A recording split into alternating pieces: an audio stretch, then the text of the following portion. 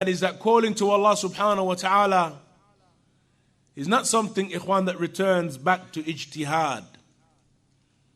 This is an important principle that our scholars have discussed.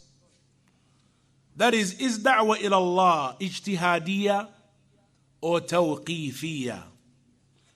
Yani, is it possible for us to come together to look at our situation and to decide that we're going to make ijtihad in order to come to a conclusion as to how best to give da'wah in our time and our place?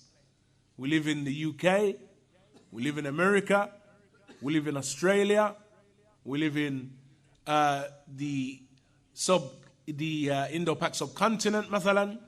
And so we decide that where we're living, we require a particular type of da'wah. And so we make this ijtihad, we come to a conclusion and we call. And our call is based upon ijtihad. Is it permissible for us to make this type of ijtihad and come to this type of conclusion?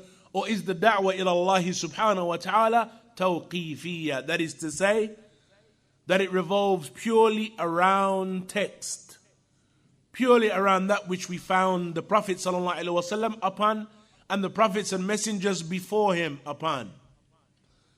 And there is no doubt that our ulama and the muhaqqiqun from them have established that there is no doubt that the da'wah ila Allah azza wa jal, since it is ibadah and since it is worship, the origin and the asl as it relates to ibadah and as it relates to worship is that worship is tawqeefiyyah.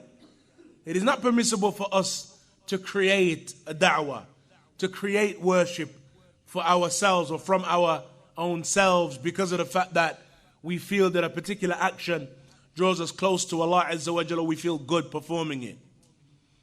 Da'wah ila Allah is an affair that is tawqeefiyyah. It returns back to text.